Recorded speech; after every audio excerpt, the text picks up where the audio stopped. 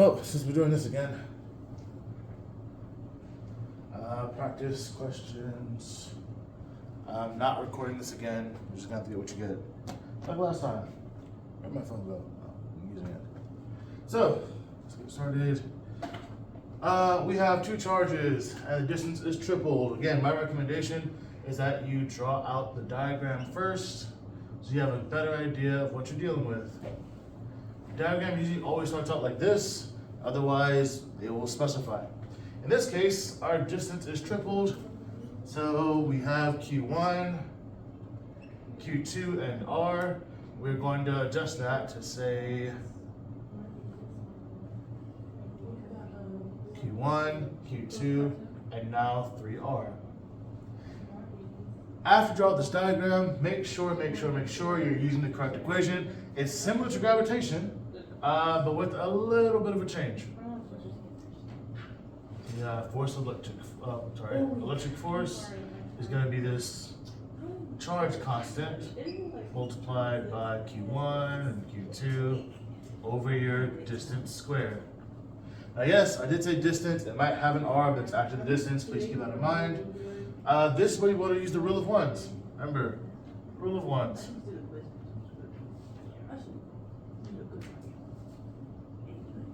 So if it doesn't mention this variable, it's going to be automatically a 1.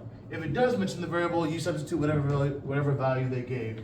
So in this case, it did not mention charge 1 or 2, so we end up with 1 and 1. It does mention our distance, so we cannot just use R, we have to use that 3. So 3 squared. Last time I checked, 3 squared is 9. And do not forget that FE. Now, just to remind you, we're using FE only because we do not know the original amount of force, but we can find out the new force if given that number. Let's say our original force was 100 newtons.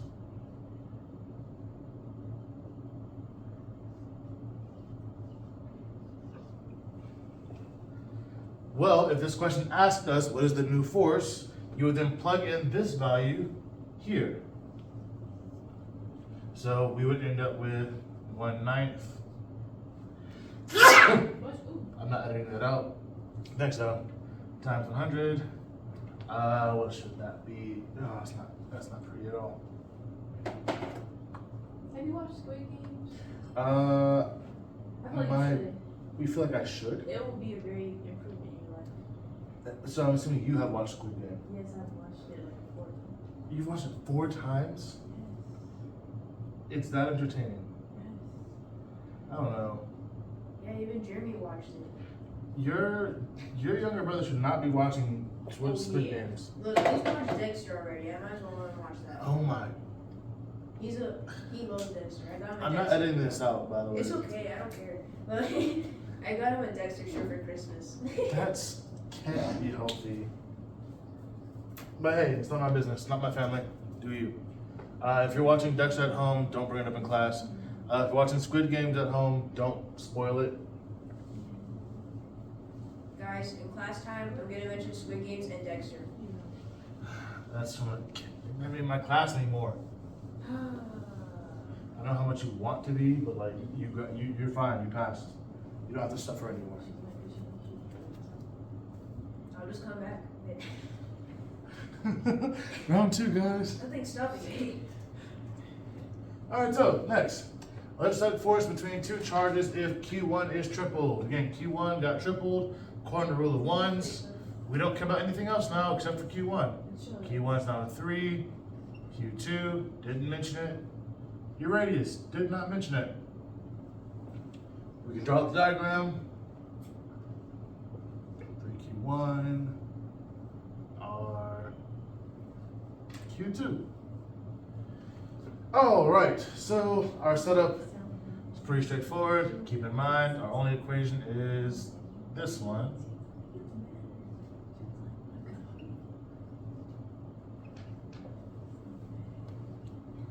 And so we just put our numbers in.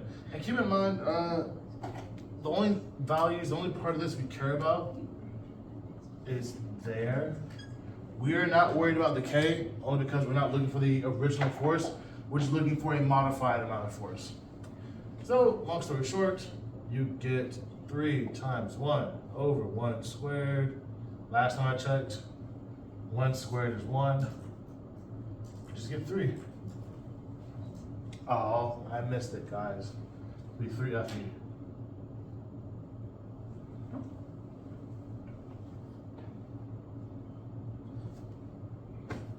Don't know if that can get any easier. We'll do one more. I'm calling it quits. I feel like this is enough. It's already awkward. Besides, you all can pause. Yay, woohoo. Is this going on your YouTube channel? It's not going on my YouTube channel. Although, no, it's not going on my YouTube channel. Come on, Miss Pam has a YouTube channel. Miss Pam does have a YouTube channel, and I'm so jealous of Miss Pam and her success. So, like, can you do it? Miss Pam also just makes bank. She probably just does it for fun now. So, like, are you gonna make a YouTube channel? I'm not making a YouTube channel. What do you want to make, Dane? Uh, Look, I could be advertising. It's like, hey, you're gonna be advertising? Yeah. You're gonna be my advertising. Yes. So my advertising is gonna be nothing more than. So I'm just gonna get a bunch of bronies. Well, yeah. You're already doing the D&D Instagram. Anyway, there's a bunch of strangers following us. God dang it! I don't like that. Surprisingly, it's a lot of Indians. What? They're like, It's a trap. Yes, I'm not giving you access to the D&D. It wasn't me. I now question my decision. This has nothing to do with the math. This is just club things now. Anyway, what would be the electrostatic charge between 2 charges if the distance between blah blah blah blah blah? If the distance between them were cut in half. All right. So again, what is the new force if our distance is cut in half? You have 1/2 R. Q1, Q2. Again, it doesn't mention our charges, so they're both going to be 1.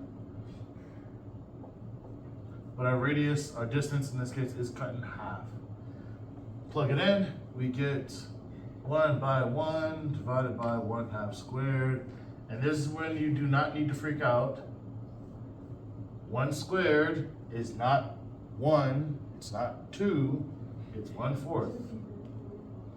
I suggest you put it in a calculator if you're not sure. Last but not least, this is not where you're going to end. You need to simplify because we don't want this radical function. We're gonna keep it, change it, flip it, and we're good to go.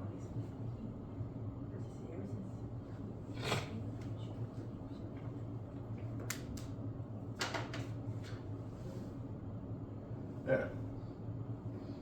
That one's kind of easy.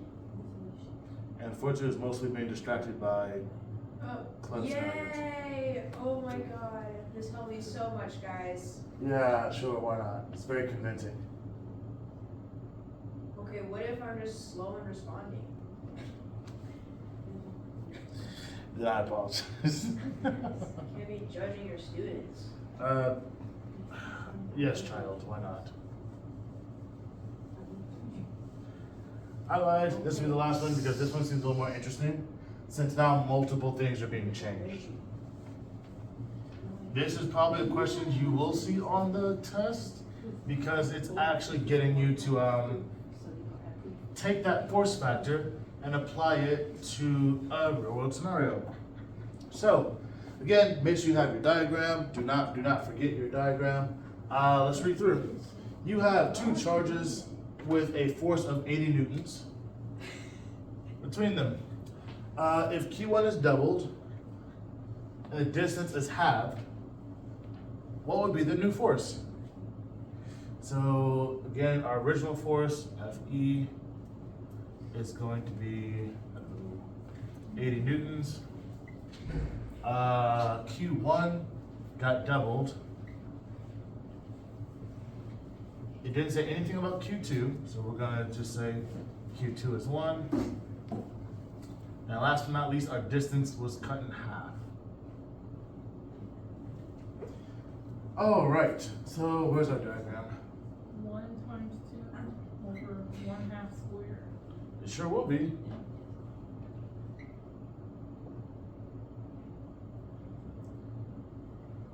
Although I don't even know if they can hear you all. Maybe they can. Alright, but you're right. It should be 2 times 1 over 1/2 squared.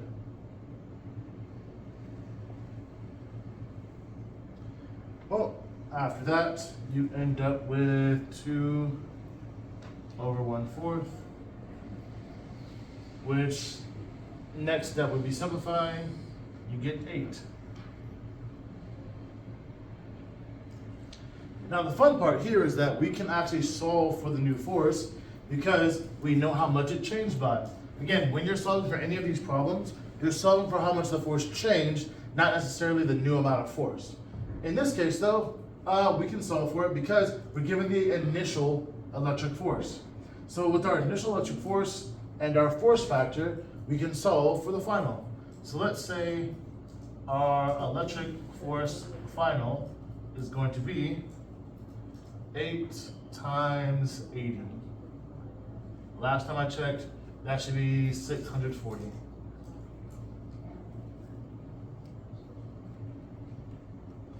And just like that, you're done. I'm gonna leave it to you to review the concepts as I'm sure you all can do that on your own. Bye. Yay! Yay, woohoo, roll credits. Blah blah blah blah blah blah blah. That took 12